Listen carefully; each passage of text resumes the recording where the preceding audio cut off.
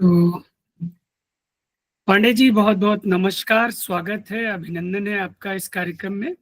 New media सृजन संसार global foundation और अदम्य ग्लोबल फाउंडेशन के सहयोग से त्रिपुरा केंद्रीय विश्वविद्यालय, डॉक्टर अंबेडकर केंद्रीय चेयर, पंजाब केंद्रीय विश्वविद्यालय, बरेली अंतर्राष्ट्रीय विश्वविद्यालय, एकलव्य विश्वविद्यालय, Asha Paras for peace and harmony foundation, Thailand Hindi Parishad, Jagat Taran girls degree college, Srijan Australia, Srijan Mauritius, Srijan Qatar, Srijan Malaysia आदि बहुत सी पत्रिकाओं के संयुक्त तत्वावधान में आयोजित किए जा रहे हिंदी पत्रकारिता के 200वें वर्ष के अवसर पर 30 मई 2025 से 30 मई 2026 तक जो भव्य आयोजन किया जा रहा है, उसके अंतर्गत अंतर्राष्ट्रीय हिंदी पत्रकारिता वर्ष के शुरुआत में अंतर्राष्ट्रीय हिंदी पत्रकारिता माह के कार्यक्रमों की श्रृंखला में आज संत कवि कबीर और पंडित राम प्रसाद बिस्मिल की जयंती के अवसर पर आज हम लोग जुड़े हैं इस विशेषज्ञ वार्ता से कार्यक्रम में। और आज की इस वार्ता का कार्य शीर्षक है हिंदी की वेब पत्रिकाओं का प्रचार प्रसार, इसके जो एसईओ सर्च इंजन ऑप्टिमाइजेशन और अन्य जो तकनीकी आयाम है। और हमसे बातचीत के लिए जुड़े हैं इस क्षेत्र में करीब 2-2.5 दशकों का लंबा अनुभव रखने वाले आईटी क्षेत्र के विशेषज्ञ श्री सोनू पांडे जी। आप निदेशक हैं, संचालक हैं सर्च मार्कअप कंपनी के, आपकी अपनी कंपनी है और आपने डिजिटल दुनिया में बहुत तरह के काम जो है वो किए हैं जेएनयू के साथ और बहुत सी और संस्थाओं के साथ में आपके जो है कार्य अनुभव रहे हैं। और हमारे लिए ये प्रसन्नता का विषय है। क्या मेरा चला गया क्या? दिख रहे हैं, ठीक है। आप जो भी साथी जुड़ रहे हैं कृपया अपना माइक बंद रखें। और हमारे लिए ये गर्व का विषय है कि आज सोनू पांडे जी, जो सुखद संयोग से मेरे बचपन के मित्र भी हैं, आज हमारे बीच जुड़े हैं एक विशेषज्ञ के रूप में। इससे अच्छी बात क्या हो सकती है कि कोई आपका मित्र जो 30-35 वर्षों से आपका मित्र हो और एक कार्यक्रम में आप उसी से बात करें। आपका पुनः बहुत बहुत स्वागत है, अभिनंदन है पांडे जी। धन्यवाद। तो हम बिना समय गंवाए जो है अपनी बातचीत पर बढ़ते हैं। जो हमारा आज का विषय है वेब पत्रिकाओं की जो प्रचार प्रसार की समस्या है, विशेष रूप से उसके जो तकनीकी पहलू हैं उनसे जुड़े कुछ विषयों पर हम अपनी जिज्ञासाएं आपके साथ साझा करेंगे और हमें पूरा विश्वास है कि हमारी सभी जिज्ञासाओं का समाधान आपकी तरफ से होगा। सबसे पहली जिज्ञासा तो पांडे जी मेरी ये है कि हिंदी की जो वेब पत्रिकाएं हैं उनको मुख्य रूप से कौन कौन सी तकनीकी समस्याओं का सामना करना पड़ता है हिंदी की पत्रिकाओं को, वेब पत्रिकाएं? तकनीकी समस्याएं अगर साझा करी जाए तो तकनीकी समस्याएं तो बहुत कुछ हो सकती हैं, लेकिन अगर एसईओ के बारे में बात करेंगे या वेबसाइट के बारे में बात करेंगे, खास तौर पे हम प्रचार प्रसार की बात करेंगे, प्रचार प्रसार की बात करते हैं, तो फिर जो आपका कंटेंट है उसको ऑडियंस के सामने ये मुख्य जो प्रॉब्लम्स लोगों को आती हैं कि अपना कंटेंट को कैसे हम लोग ऑडियंस के सामने, ऑडियंस के साथ शेयर कर सकें। तो उसके लिए बहुत सारे मीडिया, या तो हम लोग व्हाट्सएप पे, आजकल व्हाट्सएप ईजी है, व्हाट्सएप पे शेयर करते हैं, सोशल मीडिया पे शेयर करते हैं। लेकिन जैसे ही ये कंटेंट सोशल मीडिया या अन्य किसी पब्लिक प्लेटफॉर्म पे जाता है तो आपका उस पर कोई राइट नहीं रहता है ना, वो उनका हो जाता है। तो इसके लिए जरूरत पड़ती है वेबसाइट की, कि हमारी खुद की वेबसाइट हो तो हम उसमें अपना कंटेंट लेके जाएं, जो भी सोशल मीडिया के थ्रू आए वो हमारी वेबसाइट पे आए, हमारा ट्रैफिक बढ़े, बिल्कुल, और हमारा सर्च कंसोल हो, जिससे हमारे पास एक डेटा उपलब्ध रहे कभी भी, कि हम उसको देख सकते हैं कि एक्चुअल में हो क्या रहा है, हमारा कंटेंट कितने लोग लाइक कर रहे हैं, एंगेजमेंट क्या है। तो वो सारे प्रोवाइड करता है, वो फ्री है और उससे पता लग सकता है कि आप जो इतनी मेहनत कर रहे हैं, दिन रात कंटेंट क्रिएट कर रहे हैं, वो सर्च कंसोल जो कि एक गूगल का टूल है, तो ये बताता है कि सर्च के थ्रू क्या हो रहा है आपकी वेबसाइट पे, आपके कंटेंट में कितने लोग एंगेज हो रहे हैं। तो ये सारी जो तकनीकी प्रॉब्लम्स हैं लोगों को, वो आती हैं पेश।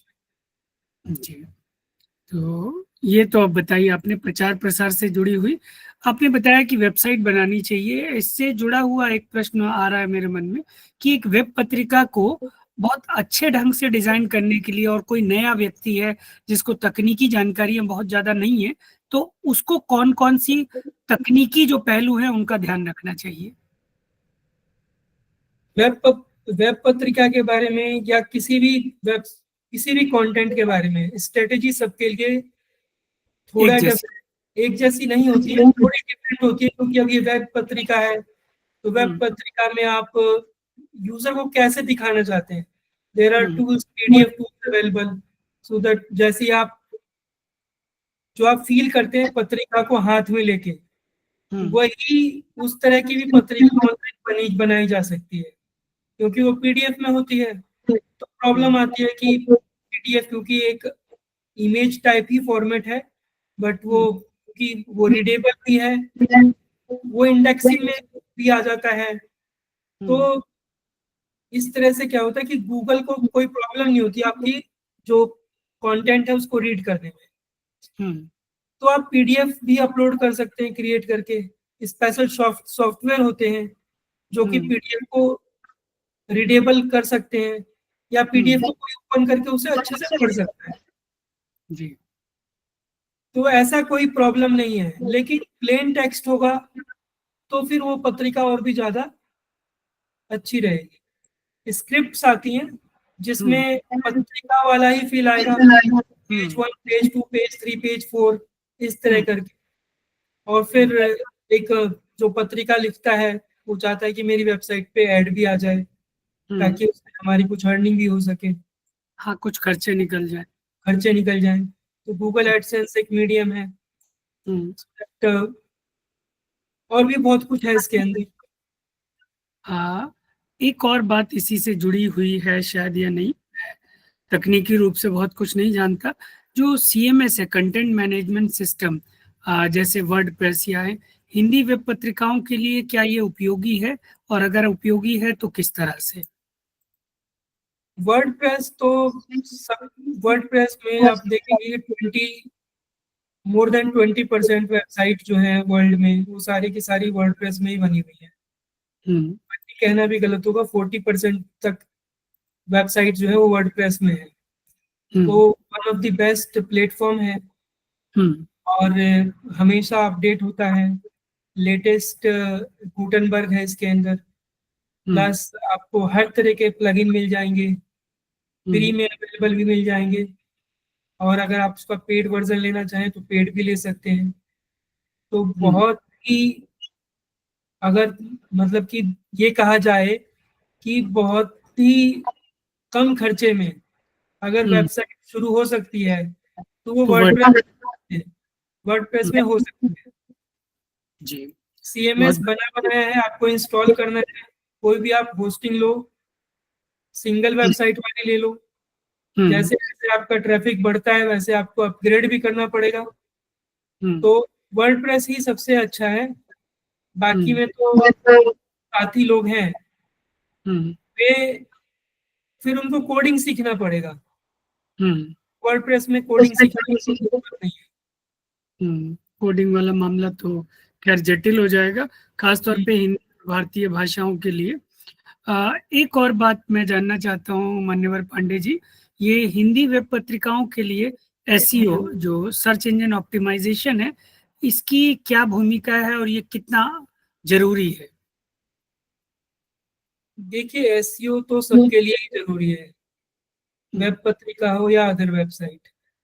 क्योंकि अब वेब पत्रिका में आप कैसे लिख रहे हैं, मतलब कि क्या आपने पहले कोई रिसर्च किया है, क्या आपका जो टॉपिक है वो पहले से ही सर्च किया जाता है, हम्म, या आपका टॉपिक जो है वो बिल्कुल नया है, उसे आपको सर्च इंजन में लेके आना है। तो ये दो चीजें हैं। अगर वो टॉपिक पहले से ही सर्च किया जाता है तो फिर आपको रिलेवेंसी देखनी पड़ेगी कि मेरा जो टॉपिक है वो ऑलरेडी सर्च भी हो रहा है, तो कौन से कीवर्ड सर्च हो रहे हैं। हम्म, और अगर आपका बिल्कुल नया टॉपिक है तो आपको इंट्रोड्यूस करना पड़ेगा कि ये मेरा नया टॉपिक है, इसके लिए मेरे पास नया कीवर्ड है, इसके लिए मेरे पास नया यूआरएल है। हम्म, तो आप जब गूगल में पहली बार जब उसके पब्लिश करेंगे, हम्म, गूगल के लिए बिल्कुल नया होगा, हम्म, और नया होगा तो गूगल उसको अपने आप ही यूनिक यूआरएल की तरह, यूनिक कंटेंट की तरह उसे शो करेगा अपने सर्च में।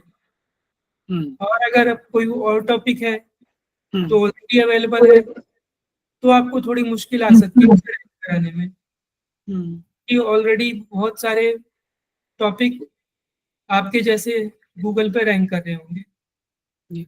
हमारे जो दर्शक हैं उनकी एक जिज्ञासा ये भी बहुत सामान्य सी है कि थोड़ा सा ये जो एसईओ शब्द बहुत ज्यादा इस दुनिया में सुना जाता है, ये क्या है? इस थोड़ा सा आसान शब्दों में अगर आप मतलब जो लेमैन है, बिल्कुल कम जानते हैं तकनीकी दुनिया के बारे में, उनको अगर समझाएं समझाएं आप, तो थोड़ा आसान होगा हमारे दर्शकों के लिए। एसईओ है क्या? SEO stands for search engine optimisation. हम्म, अब आजकल आ गया है एआई। हम्म, पहले एसईओ को ही समझते हैं, सर्च इंजन ऑप्टिमाइजेशन, और आज की डेट में है आंसर इंजन ऑप्टिमाइजेशन। क्योंकि लोग क्वेश्चन पूछते हैं और उसका आंसर गूगल देता है। हम्म, आप देखेंगे कि जो आज का कोई कोई भी कीवर्ड आपने क्रोम पे या गूगल में सर्च किया, हम्म, तो सबसे पहले एआई ओवरव्यू आता है, हम्म, और उस टॉपिक पे अगर ऐड चल रही है तो ऐड भी आती है। मैं हम्म, एसईओ पे भी आऊंगा, मैं थोड़ा सा ओवरव्यू दे देता हूँ। हम्म, एड्स के बाद ऐड के बाद सारे ऑर्गेनिक रिजल्ट्स रहते हैं। हम्म, ऑर्गेनिक रिजल्ट हैं जो हैं वही सर्च इंजन ऑप्टिमाइजेशन के थ्रू आते हैं। अब हम्म, ये सर्च इंजन ऑप्टिमाइजेशन क्या है, क्यों जरूरत है इसकी करने की? हम्म, आपने कोई भी टॉपिक लिखा तो गूगल चाहता है कि आप उसका टाइटल भी लिखें। हम्म, टाइटल जो होता है वो हिडन होता है, आप हम्म, उसको कहीं लिखते नहीं है। हम्म, वर्डप्रेस में भी टाइटल लिखने के लिए आपने कोई पेज क्रिएट किया वर्डप्रेस में या पोस्ट क्रिएट किया, तो उसमें एसईओ टाइटल लिखने की जगह नहीं है, उसके लिए आपको प्लगइन यूज करने पड़ेंगे। हम्म, प्लगइन जो है, जैसे एसईओ प्लगइन है, योस्ट का प्लगइन है, फ्री वर्जन हम्म, के मैथ, एसईओ मैथ का भी plugin है, वो भी फ्री अवेलेबल है। हम्म, एआईओ एसईओ का भी एक प्लगइन है जो कि और पेड दोनों अवेलेबल हैं। तो ये प्लगइन आपके लिए वो स्पेस क्रिएट करते हैं जहां पे आप टाइटल, डिस्क्रिप्शन, कीवर्ड्स, हम्म, ठीक है, टारगेट कीवर्ड्स, ये सारे मेंशन कर सके। इससे होगा क्या, हम्म, टाइटल से गूगल ये पता लगाएगा कि बहुत ही 55 कैरेक्टर्स में होता है हम्म, और 70 कैरेक्टर्स तक वो जा सकता है। हम्म, ये हार्डकोर जो भी टेक्निकल जानकारी है, कोई हम्म, चाहे तो इसको नोट भी कर सकता है। ये हम उसी रिकॉर्डिंग टाइटल, करते हाँ, हैं। उसी टाइटल और जो डिस्क्रिप्शन है, हम्म, जो 155 कैरेक्टर्स तक होती है, आप हम्म, उसको लेके 170 कैरेक्टर्स तक भी जा सकते हैं। लेकिन हम्म, जब आप गूगल में देखेंगे, कुछ भी सर्च कर रहे होंगे, तो वेबसाइट्स का यूआरएल दिखता है हम्म, और एक ब्लू कलर दिखता है, वही हम्म, टाइटल है। हम्म, वो कभी कभी गूगल उसको हेडिंग्स में भी से भी आपको उठा लेता है। तो हम्म, टाइटल, हेडिंग और यूआरएल प्लस आपका डिस्क्रिप्शन, इन हम्म, चार चीजों से ही पता लगाता है कि आपका पेज किस बारे में है। हम्म, और फिर वो कंटेंट को रीड करता है और उसकी रिलेवेंसी चेक करता है, उसके बैकलिंक चेक करता है, हम्म, उसके बैकलिंक एज अ वोट काम करते हैं। उसके बाद वो डिसाइड होता है कि वो कहाँ पे रैंक करेगा। जी, और अगर वो रैंक करेगा, कितने कीवर्ड्स पे वो रैंक कर रहा है, हम्म, उस पे जब क्लिक्स होंगे तो फिर असली खेल शुरू होगा। CTR, ये क्या है CTR? CTR होता है जो भी उस पे क्लिक थ्रू रेट है, जिसका अच्छा, click through rate. Click through rate CTR होता है। और जितना भी क्लिक्स होगा और उस पे जो टाइम स्पेंड होएगा, ये दो में मोस्ट इम्पोर्टेंट फैक्टर है किसी भी पेज को रैंक करने। आपका पेज तभी ऊपर आएगा जब आपका CTR अच्छा होगा। और अगर पेज में एंगेजमेंट है तो फिर वो टॉप पे ही रहेगा, नीचे नहीं रहेगा। तो ये एक शॉर्ट वो था समझने का कि SEO क्या है, जी जी। ऑप्टिमाइजेशन है, कैसे रैंक करता है, क्या फैक्टर्स हैं।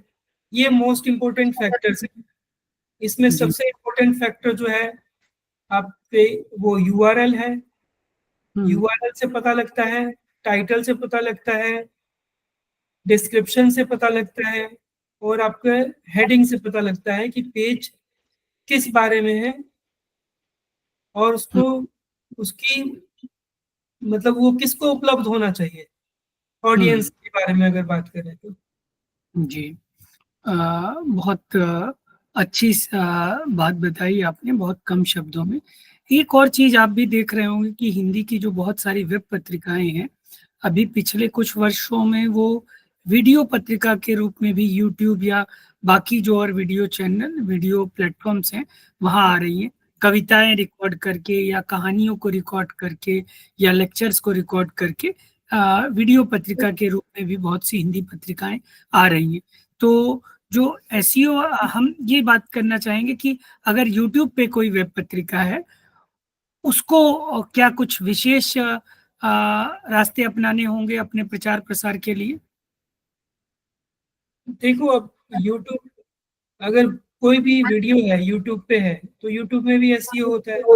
हम्म और वो वही वीडियो आपकी वेबसाइट पे है हम्म तो अगर आपका आर्टिकल रैंक कर रहा है तो आपका वीडियो भी हेल्प करेगा। हम्म मतलब वाइस वर्सा है हम्म कि यूट्यूब से आप ट्रैफिक लेके अपनी वेबसाइट पे आ सकते हो, हम्म वेबसाइट पे आप ट्रैफिक यूट्यूब पे भी भेज सकते हो। अच्छा अच्छा। तो बाकी जो प्रक्रियाएं हैं अपनी बात को अधिक से अधिक लोगों तक पहचान पहुंचाने की, वो वेबसाइट और यूट्यूब पे दोनों एक ही जैसी आपको रहेंगी? आपको 360 अप्रोच रखनी पड़ेगी इसके लिए। अकेले वेबसाइट भी कुछ नहीं कर सकती, अकेले यूट्यूब भी कुछ नहीं कर सकता। हम्म ठीक है, आपके आप आज की डेट में फास्ट पेस वर्ल्ड है, हम्म आपको सबका हेल्प लेना पड़ेगा। जी। सोशल मीडिया का भी, वेबसाइट का भी, हम्म का भी। 360 जो आपने बताया, बिल्कुल अच्छी बात है। एक और चीज की हिंदी कंटेंट के लिए जो कीवर्ड रिसर्च है वो कैसे की जानी चाहिए, ताकि उन कीवर्ड्स को डाल के अपनी वेबसाइट पे या चैनल पे ट्रैफिक अधिक से अधिक लाया जा सके? क्या तरीका है, इफेक्टिव तरीका? गूगल का कीवर्ड टूल है। हम्म गूगल, आप जब पता नहीं कितने लोगों ने गूगल एड्स वाला टूल यूज किया है। हम्म उसमें गूगल एड्स में आप गूगल में जा सकते हैं, google.com में या जीमेल में, या हम्म ads.google.com पे जाएंगे। हम्म ads.google.com पे जाके लॉगिन करेंगे तो वहाँ हम्म पे कीवर्ड रिसर्च टूल होता है। सबसे हम्म इजी है, फ्री है। इसके हम्म अलावा अगर कोई चैट जीपीटी यूज कर रहा है आज की डेट में, तो हम्म चैट जीपीटी से भी आप हिंदी के कीवर्ड निकाल सकते हैं किसी हम्म पार्टिकुलर टॉपिक पे। हम्म और चैट जीपीटी आपको बहुत सारे कीवर्ड दे सकता है हिंदी के। जी। एक और चीज मैं जानना चाह रहा था कि वेबसाइट एक तो हो गई जो वेब वर्जन है, अगर उसको मोबाइल के लिए भी फ्रेंडली बनाया जाए तो क्या प्रचार प्रसार में कुछ एक्स्ट्रा मदद मिलती है उससे? ये अगर पहले की बातें हैं कि उसको मोबाइल फ्रेंडली बनाया जाए। आजकल सारे CMS मोबाइल फ्रेंडली पहले हैं, बाद हम्म में वो डेस्कटॉप के लिए हैं। हम्म आज जी अब इसकी जरूरत नहीं पड़ती, पहले मोबाइल फ्रेंडली बनाना है। हम्म अनटिल अनलेस आपने स्क्रीन रिजोल्यूशन के साथ कोई प्लगइन डाल के या कुछ करके उसको बेकार नहीं किया है CMS को, तो हम्म CMS अपना काम अच्छे से कर रहा है। आज की जो थीम है वो ऑलरेडी मोबाइल ऑप्टिमाइज है, तो हम्म ऐसा कुछ करने की जरूरत ही नहीं है। अलग से कुछ करने की आवश्यकता नहीं कोई है यानी। जरूरत आ, बहुत सी वेबसाइट की हमने देखा कि दुनिया भर, मेरे पीएचडी का विषय भी यही रहा संयोग से, न्यू मीडिया यानी डिजिटल मीडिया में हिंदी साहित्य की उभरती प्रवृत्तियां, जिसके अंतर्गत बहुत सी जो दुनिया की वेबसाइट्स हैं हिंदी की, शुरुआती वेबसाइट्स में जैसे न्यूजीलैंड की भारत दर्शन है, या पूर्णिमा बर्मन की खाड़ी देशों से निकाली जाने वाली अनुभूति, अनुकृति वगैरह पत्रिकाएं हैं। कुछ वेबसाइट्स में हमने देखा भारत की हिंदी समय, कविता कोश, ऐसी बहुत सी वेबसाइट्स का अध्ययन मैंने पीएचडी के दौरान किया। कुछ वेबसाइट्स जो हैं बहुत तेज थी, कुछ धीमी रहती हैं। तो क्या वजह, क्या तरीका है कि हम अपनी वेबसाइट को थोड़ा तेज बना सकते हैं दर्शकों और पाठकों के लिए, स्पीड उसकी अच्छी हो? सबसे पहले तो जो वेबसाइट है उसका जो होम पेज होता है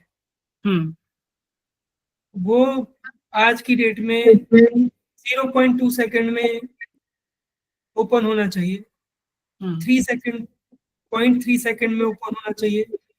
लेकिन ऐसा नहीं है, क्योंकि हम होम पेज बहुत सारा कंटेंट डालते हैं।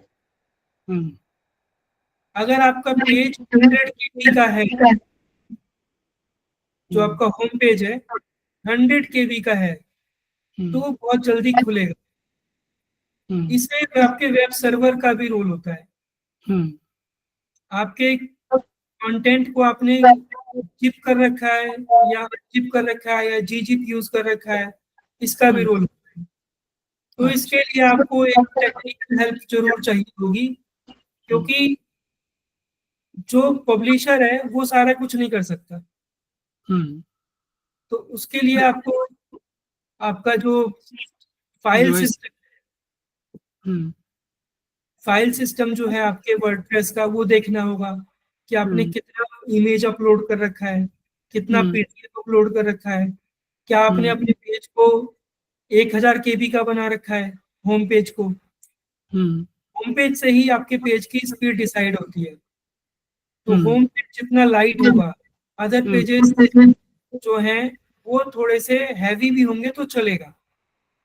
होम पेज हल्का होना चाहिए। होम पेज हल्का होना चाहिए। हमें कोशिश तो यही करनी चाहिए कि हमारे सारे पेज, हेडर, क्या चीज पहले लोड होनी चाहिए। जो स्क्रीन है आपका पे जितना यूजर स्क्रॉल करता है उतना ही कंटेंट अपलोड होना चाहिए। जैसे जैसे यूजर स्क्रॉल करता जाए वैसे कंटेंट अपलोड होना चाहिए।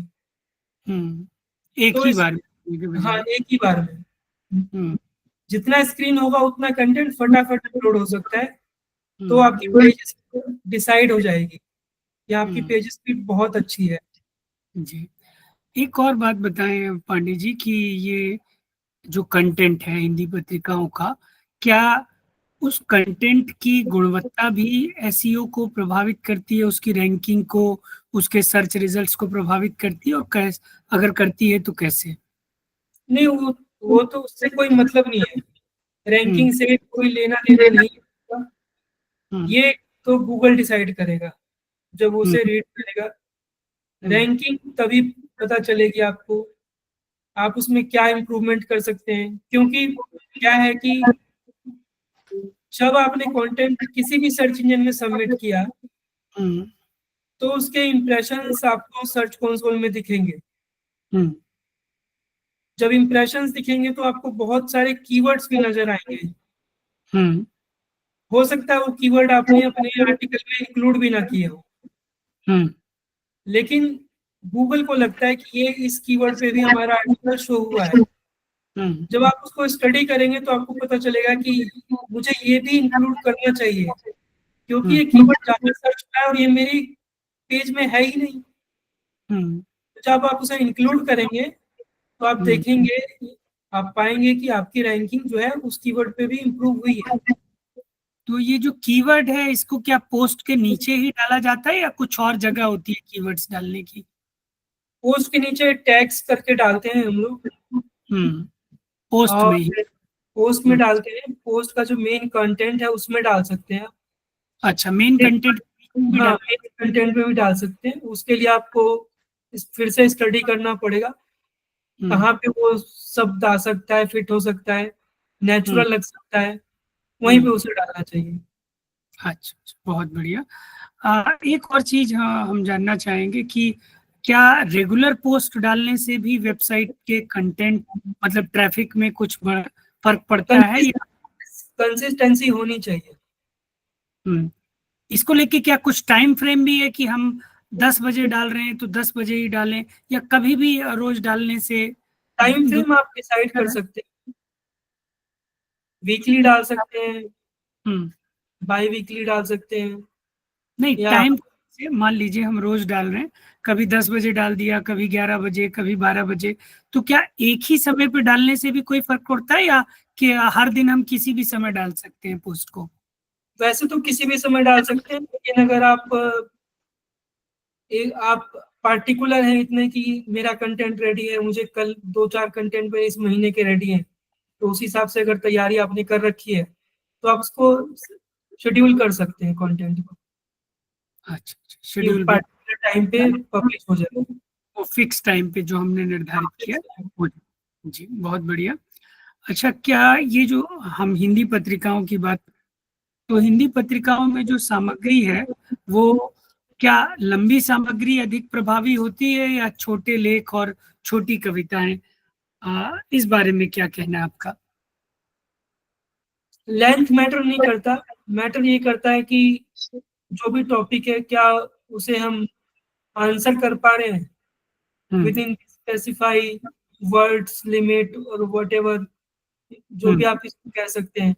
1000 वर्ड, 1500 वर्ड, हम्म, 2500 वर्ड या 5000 वर्ड मायने नहीं रखते। क्या हम्म, हमने टॉपिक को सही से समझाया है, हम्म, कम शब्दों में या ज्यादा शब्दों में, हम्म, वो ये डिपेंड ये करता है कि हम्म, हम उसका मतलब यूजर को वो समझ में आ जाए तो हमको ज्यादा लिखने की जरूरत नहीं है। जी, ये बैक लिंकिंग क्या होती है जब हम वेबसाइट पे प्रचार प्रसार की बात करते हैं? Back linking. बैकलिंक्स जो होते हैं आपकी वेबसाइट के लिए एक वोट होता है। हम्म, अब सपोज हमारा वेबसाइट है searchmarkup.com, हम्म, तो searchmarkup.com को कितने वोट मिलते हैं, हम्म, हमारी प्रेजेंस कहाँ कहाँ पर है, अच्छा, कितने कितने वेबसाइट ऐसे हैं जहाँ पे सर्च मार्कअप का प्रेजेंस है। हम्म, सपोज हमारा प्रेजेंस फेसबुक पे है, याहू पे है, हम्म, तो वहां से हमें एक बैकलिंक मिलेगा। या अच्छा, हमने बहुत सारे और भी वेबसाइट हैं, जैसे कि गुड रीड्स है हम्म, या फेसबुक है, एक्स प्लेटफॉर्म है, तो हम्म, यहाँ से भी हमें बैकलिंक मिलते हैं। हम्म, या बैकलिंक वहां से लेते हैं, हम क्रिएट करते हैं, डायरेक्टरीज है बहुत सारी, medium.com है, कोरा है, ऐसी हम्म, बहुत सारी वेबसाइट है जहाँ पे हम लोग अपना आर्टिकल पब्लिश करके हम्म, और अपना एक रेफरेंस लिंक दे सकते हैं। तो अपनी जो वेबसाइट। अपनी हम्म, वेबसाइट का रेफरेंस जो लिंक होता है वही हम्म, बैकलिंक होता है। जी, बहुत बढ़िया। थोड़ी सी नई चीज है हमारे दर्शकों के लिए। एक और चीज, हालांकि आपने इस पे बात की है कि क्या सोशल मीडिया जो है वो हमारे एसईओ को या वेबसाइट के प्रचार प्रसार में मदद करता है और कैसे करता है? हाँ बिल्कुल मदद करता है, क्योंकि हम्म, जब सोशल मीडिया में आपने आपने एक आर्टिकल पब्लिश किया अपनी वेबसाइट पे, हम्म, अब आपके पास सोशल मीडिया चैनल्स हैं जिसमें हम्म, आपके पास ऑडियंस है, हम्म, वो आपके ऑडियंस है, वो आपके साथ रहेंगे, लेकिन वेबसाइट पे कौन आएगा कौन जाएगा इसके बारे में आप किसी को फिक्स नहीं कर सकते। क्या हम्म, मैंने वेबसाइट पे आर्टिकल डाला है हम्म, और 100 लोग आके इसको देख लेंगे कल, हम्म, लेकिन सोशल मीडिया के जो ऑडियंस है जो आपको फॉलो करते हैं, हम्म, जिन्होंने बेल आइकन ऑन कर रखा है, हम्म, उनके पास आपका कंटेंट जरूर जाएगा, ये श्योर है। हम्म, क्योंकि वो आपके कंटेंट में जितना भी एंगेज है, जितने हम्म, लोग ज्यादा एंगेज हैं उनके पास आपका कंटेंट जरूर जाएगा, और हम्म, यही आपका जो एसेट है वो आपकी वेब आपके कंटेंट को प्रमोट करने में हेल्प करेगा। ये हम्म। आपका फिक्स एसेट है। ये प्रमोशन जो वेबसाइट का प्रमोशन वाला मामला है, इसमें वेब डायरेक्टरीज और गूगल न्यूज इंडेक्स ये क्या है और इनका क्या महत्व है पांडे जी? वेब डायरेक्टरीज जो है, तो कई वेब डायरेक्टरीज हैं। हम्म, अब सबसे पहले हम लोग यूज करते थे डीमोज, जो अब बंद हो चुकी है, हम्म, हमने उसे बंद कर दिया। उस क्योंकि बहुत सारी नई नई चीजें आती है तो पुरानी चीजें बंद हो जाती है। लेकिन आज की डेट में भी जस्ट आयल एक डायरेक्टरी है, sulekha.com एक डायरेक्टरी है, तो यहाँ क्लासिफाइड भी है ये। यहाँ पे आजकल मल्टीपर्पज हो चुके हैं अब ये। इंडिया मार्ट भी डायरेक्टरी है। ऐसी वेबसाइट पे आप जो कंटेंट है वो अपना जो आर्टिकल है या अपना जो वेबसाइट है उसको आप ऐड कर सकते हैं। दूसरी बात आपने पूछी थी कि एक बार रिपीट करेंगे क्वेश्चन, दूसरा क्या था? ये गूगल न्यूज इंडेक्सिंग क्या है? Yes, Google news indexing. Google news के लिए आपको करंट जो अफेयर्स हैं, जो न्यूज है, उसको अपनी वेबसाइट पे डालना पड़ेगा। और गूगल न्यूज में उसको सबमिट करना पड़ता था पहले, अब उसकी भी जरूरत नहीं है। अगर आपका करंट टॉपिक है, न्यूज से रिलेटेड है, तो आप अपनी वेबसाइट पे डालिए, वो गूगल न्यूज में इंडेक्स हो जाएगा। ये एक और चीज जो है अभी बहुत ज्यादा पिछले मतलब 2023 के दिसंबर नवंबर से जब से चैट जीपीटी आया तब से एआई है तो बहुत पुरानी चीज लेकिन चर्चा में बहुत ज्यादा है। तो हिंदी पत्रिकाओं के लिए जो हिंदी की वेब पत्रिकाएं हैं इसमें एआई किस तरीके से मदद कर सकता है उनके प्रचार प्रसार में? एआई प्रचार में तो मदद नहीं कर सकता। एआई आपकी हेल्प कर सकता है रिसर्च में। क्या ये आपकी हेल्प कर सकता है कि आपका नेक्स्ट टॉपिक क्या होगा, रिलेटेड टॉपिक आप सर्च कर सकते हैं ताकि आपकी टॉपिकल अथॉरिटी है वो डेवलप हो। इसमें आपकी चैट जीपीटी हेल्प कर सकता है। चैट जीपीटी ये जो वॉइस सर्च है ये किस तरीके से करता है प्रभावित या नहीं हिंदी जो वेब पत्रिकाएं हैं उनके प्रचार प्रसार को, जो वॉइस सर्च की सुविधा है? डेफिनेटली अगर आप यूट्यूब यूज करते हैं, सर्च यूज करते हैं, तो आपको कोई भी कविता सर्च करनी है तो वो आ जाएगी, कोई भी सॉन्ग सर्च करना है वो आ जाएगा। तो वॉइस सर्च तो है ही, क्योंकि अब अगर कोई हिंदी अच्छे से जानता है वो लिख सकता है, लेकिन जो हिंदी अच्छे से लिखना नहीं जानता है तो फिर वो बोल के अब जो भी चीज उसे चाहिए तो वॉइस सर्च का तो एडवांटेज है ही। इसी सिलसिले में जो है ना कुछ एक टर्म होती है हमने कहीं पढ़ी कि SERP, search engine result pages, ये क्या है? पहले तो हम ये जानना चाहेंगे और फिर हिंदी कंटेंट की उपस्थिति बढ़ाने के लिए या इसमें लाने के लिए क्या किया जा सकता है, ये पहले हम जानना चाहेंगे। SERP है क्या ये? जो भी आप कीवर्ड सर्च करते हैं और गूगल के आपके पास सबसे पहले जो सर्च विंडो है उस पर आपने कोई कीवर्ड लिखा, एंटर किया, आपके पास एक रिजल्ट आ गया। अब उसमें अगर 10 रिजल्ट आपको दिखाई दे रहे हैं फर्स्ट पेज पे, और नीचे जब आप जाएंगे तो 1 2 3 4 5 6 7 8 9 10 तक पेजेस आपको दिखते हैं, वही सर्च इंजन रिजल्ट पेजेस है। अच्छा, ठीक। यानी जो गूगल के परिणाम आ रहे हैं हमारे पास खोज के, सर्च इंजन के, वो चाहे गूगल हो सकता है बाकी सर्च इंजन, वो जो रिजल्ट आ रहे हैं वो चाहे 3 है, वो 10 है या 100 है, गूगल वो सर्च रिजल्ट पेजेस है। तो उस जो परिणाम आ रहे हैं खोज के, उसमें हिंदी कंटेंट की उपस्थिति को बढ़ाने के लिए हिंदी की जो वेब पत्रिका शुरू करना चाहते हैं या चल रही है जिनकी, उनको क्या करना चाहिए ताकि उस रिजल्ट में वो प्राथमिकता से ऊपर आए? सबसे पहले जो मैंने बताया था, आप अपने कंटेंट का यूआरएल डिसाइड करो। ठीक है, आप टाइटल डिसाइड करो, उसका डिस्क्रिप्शन डिसाइड करो, जो भी आपने कंटेंट लिखा है। सर्च कंसोल अकाउंट क्रिएट करो आप, उसमें अपने वेबसाइट को सबमिट करो। आपका एक XML साइट मैप होगा, जो भी आप प्लगइन यूज कर रहे हैं SEO के लिए, प्लगइन से आपको मिल जाएगा, उसे आप सर्च कंसोल में सबमिट करेंगे। ऑप्शन होता है साइट मैप का, वहां पे जाएंगे, आप अपना XML साइट मैप सबमिट करेंगे। जब भी आप वेबसाइट में अपना कंटेंट अपलोड करेंगे और वो साइट मैप में अपडेट हो जाएगा तो वो सर्च कंसोल में आ जाएगा। सर्च गूगल के क्रॉलर उसे रीड करेंगे और सर्च इंजन रिजल्ट पेजेस में आएगा।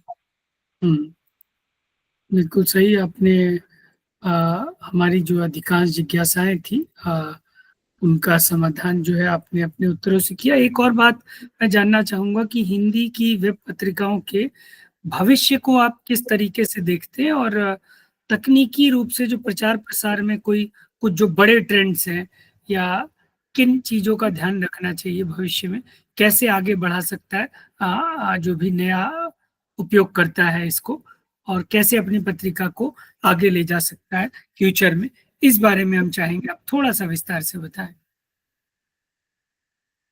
एक तो आपको कंसिस्टेंसी रखनी है सबसे पहले, जो भी आप पब्लिश कर रहे हैं, ठीक है। टॉपिकल देखना है और टॉपिक्स के बारे में देखना है कि आज हम फूड के बारे में डाल रहे हैं कुछ, कि कोई व्यंजन कैसे बनाते हैं। कल हमने डाल दिया कि लेटेस्ट न्यूज क्या है उसकी, व्यंजन के बारे में ही।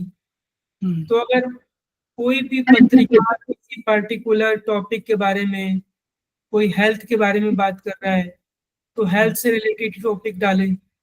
अगर कोई मैं बता देता हूँ, जैसे रियल एस्टेट के बारे में कोई डाल रहा है, हिंदी में ही डाल रहा है रियल एस्टेट के बारे में, कोई इंश्योरेंस के बारे में डाल रहा है, फाइनेंस के बारे में डाल रहा है, तो वो एक नीश को पकड़ के चले फ्यूचर में, तो उसको ज्यादा इजी रहेगा और को भी समझने में आसानी होगी कि ये पार्टिकुलर जो वेबसाइट है ये सिर्फ एक टॉपिक के बारे में बात करती है।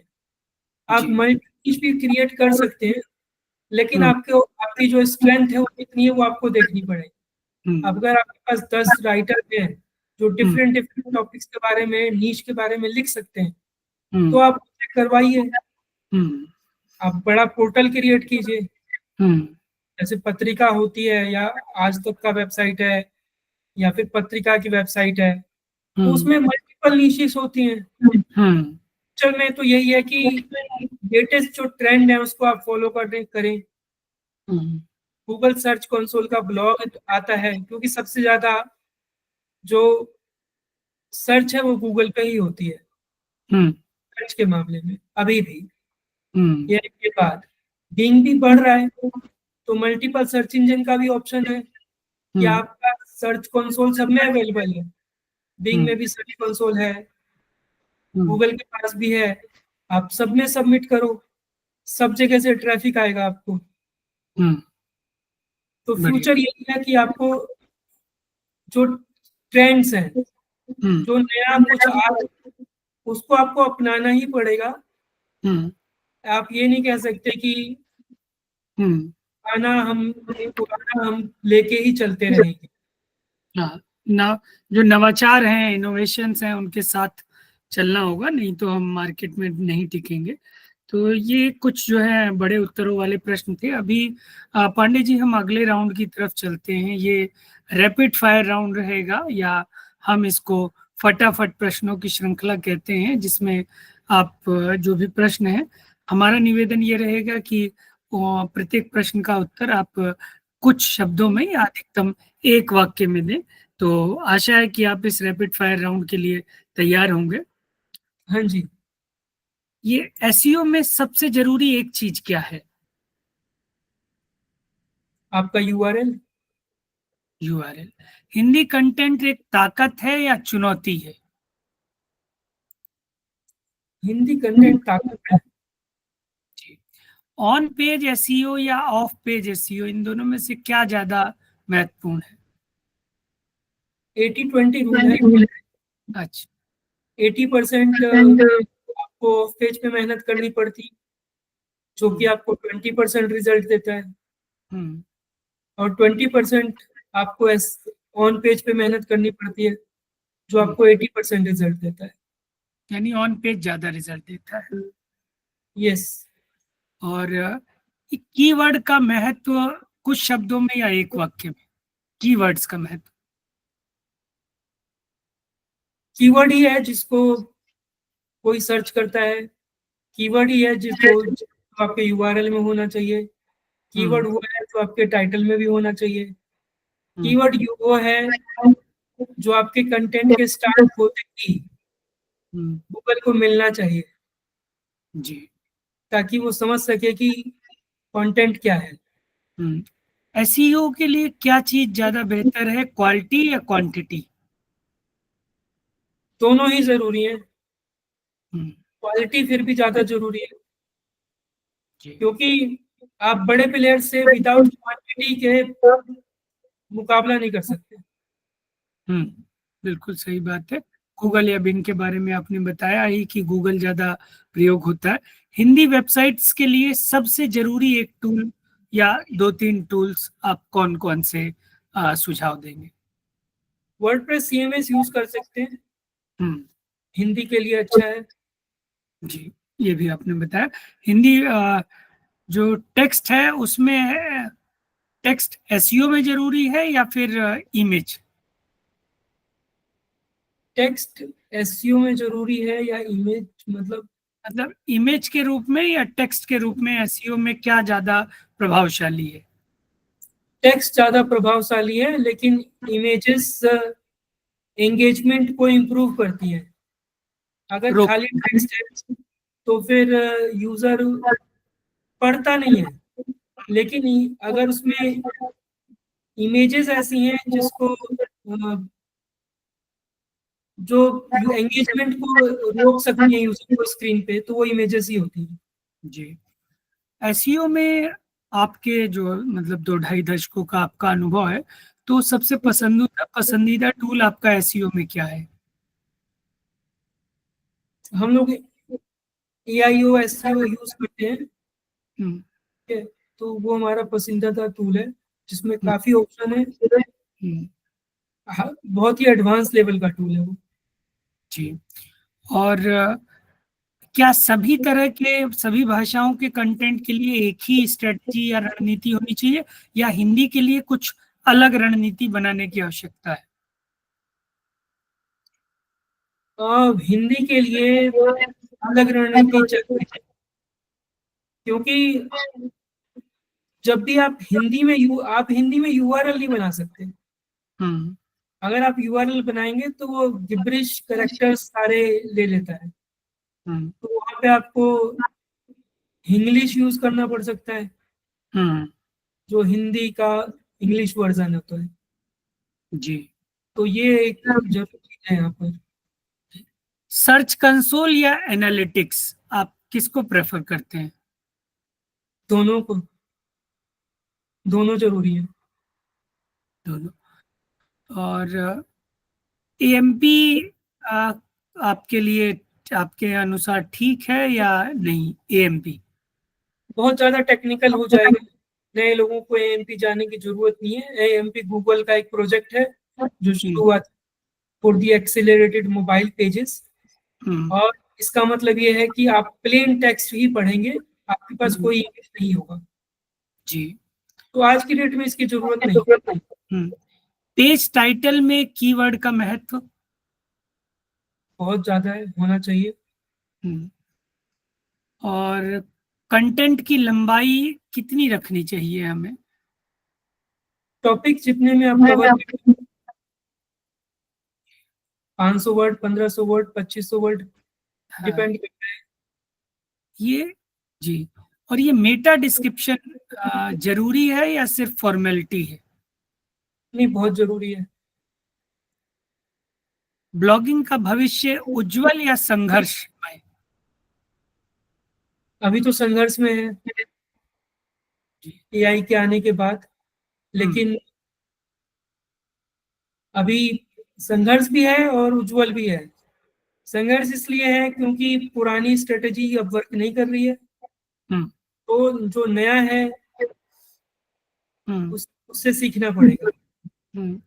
कोई जो भी नया विद्यार्थी या नया कोई लेखक और या संपादक चाहता है कि वो वेब पत्रिका बनाए और एसईओ सीखना चाहता हो, तो उसके लिए सबसे अच्छी जगह कुछ कौन सी होंगी? यूट्यूब, बहुत सारे यूट्यूब। SEO के वीडियोस मिल जाएंगे आपको। जी। एआई और एसईओ, ये दोनों आपस में सहयोगी हैं या एक दूसरे के विरोधी हैं? सहयोगी हैं, विरोधी तो नहीं हो सकते।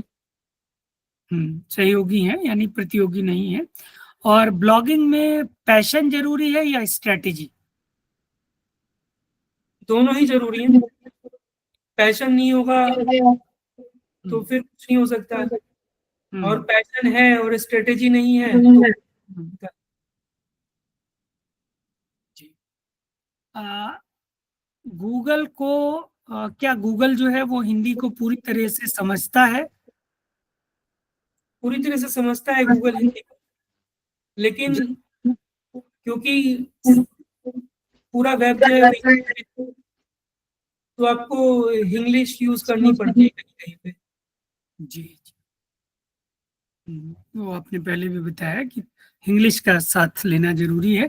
जरूरी है। आखिरी प्रश्न ये है हमारा एक लाइन में कि हिंदी वेब पत्रिकाओं को आप क्या सलाह देंगे? सलाह मतलब कैसी सलाह? वही अभी जो हमारा विषय है उसके प्रचार प्रसार के लिए वो किन चीजों का ध्यान रखें कि उनका प्रचार प्रसार बढ़े, हिंदी वेब पत्रिकाओं का, उनकी पहुंच बढ़े हाँ, एक वैश्विक। तो मतलब जो भी हमारा आज का टॉपिक चल रहा है हम्म उसमें शुरू से लेके एंड तक जो भी इस वीडियो हम्म को देखेगा हम्म, उसके पास एक कंप्लीट स्ट्रेटेजी होगी। जी। और हम्म जो प्रचार है हम्म, 25 सवालों के बाद, ये 24 सवालों के बाद ही प्रचार शुरू होता है। जी। ठीक है, तो ये जब 24 वो कर लेगा ना हम्म, तो 25वां हो जाएगा, उसको आ जाएगी समझ। आ जाएगा। तो तो इसके बहुत बाद सिर्फ प्रचार बचता है, तो आप पेड मीडियम यूज कर सकते हैं। आप हम्म पेड में मार्केटिंग कर सकते हैं।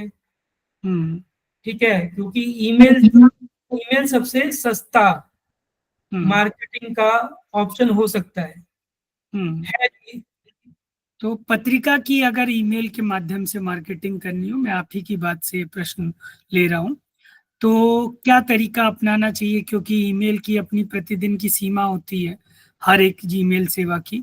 तो किस नहीं, तरीके से जीमेल पे नहीं हो पाएगा।